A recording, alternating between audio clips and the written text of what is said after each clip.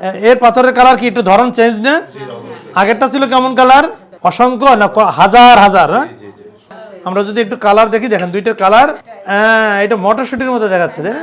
আবার এটা একটু yellow colour, golden yellow colour. আসসালামু আলাইকুম, আমি ডাক্তার মুস্তাফিজুর রহমান। আমাকে তো চিনেন।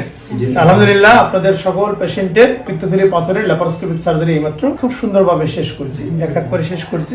এই যে সাদিয়া, শিরিন, আরাদা, বারো যারা আছে, এর মধ্যে একজন রোগী আরাদার কথা আলাদাভাবেই বলতে হয়, বয়স মাত্র 5 বছর।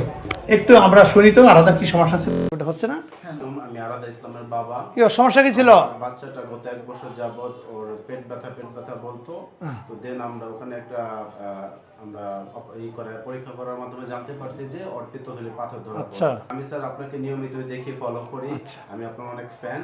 সেই আশা থেকে যে আল্লাহ তাআলার পরে যে যদি কারো বিশ্বাস করে থাকে সে হচ্ছে ডাক্তার আপনি স্যার।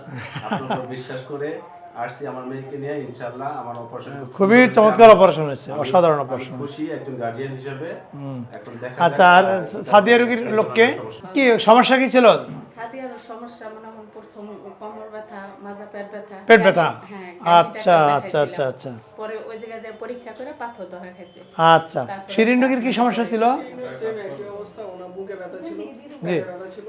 এই জন্য অনেকদিন ধরে বুকে ব্যথার ওষুধ খাইতো, পেইন কিলার খাইতো, তাও হতো না।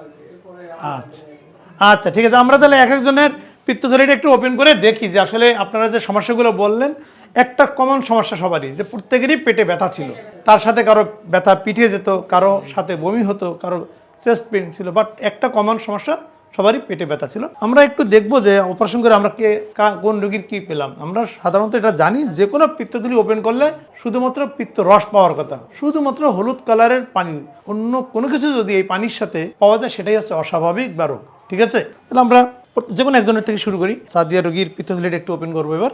যেটা বলছিলাম, যা প্রত্যেকের অপারেশন অত্যন্ত সুন্দরভাবে শেষ হয়েছে ল্যাপারোস্কোপিক পদ্ধতিতে, অর্থাৎ পেট না কেটে ছিদ্র করে পিত্তথলিগুলো আমরা বের করে নিয়ে আসছি। তাহলে আমরা একটু দেখি অবশ্যই কাটার সাথে সাথে এই যে পিত্তরস দেখা যাচ্ছে, কিন্তু দেখেন পিত্তরসের শুধু পিত্তরস না, দেখেন আর কি কি বের হইতেছে দেখেন তো। অসংখ্য পাথর স্যার। হ্যাঁ, অসংখ্য না হাজার হাজার, হ্যাঁ, শত সহস্র হাজার হাজার, এই নিয়ে এতদিন ছিল। ঠিক আছে, হ্যাঁ। আচ্ছা, এবার আমরা শিরিন রোগীর পিত্তথলিটা একটু ওপেন করব। ওরও তো পেটে ব্যথা ছিল এবং পিঠে ব্যথা যেত। দেখেন তাহলে ওনার পিত্তথলিতে কি ছিল। সাধারণত আগের রোগীর যেটা দেখলেন ওইটা অস্বাভাবিক পাথর, শুধু থাকার কথা ছিল কি রস। এবার একটু ও কি ছিল ওটা একটু দেখি। এবার দেখেন এরও পিত্তরস বের হচ্ছে, সাথে দেখেন এরও কি বের হইতেছে দেখেন তো।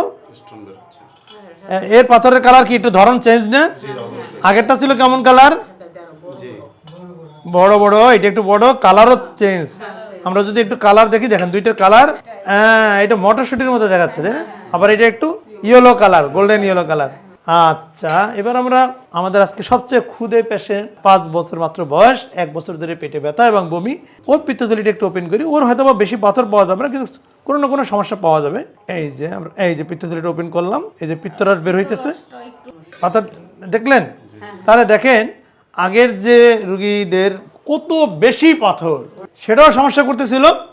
আবার যেটা দেখলেন যে এই দুইজন রুগীর কি পরিমাণ পাথর, তাদেরও যে ধরনের সমস্যা তৈরি করতেছিল, আবার এই রুগীর ছোট্ট একটা স্টোন একই রকম সমস্যা তৈরি করতেছিল। এই জন্য আমরা বলি পাথরের সাইজ বা সংখ্যা কোনো সমস্যা না, সেটি ছোট হতে পারে, বড় হতে পারে, সংখ্যা কম হতে পারে, বেশি হতে পারে।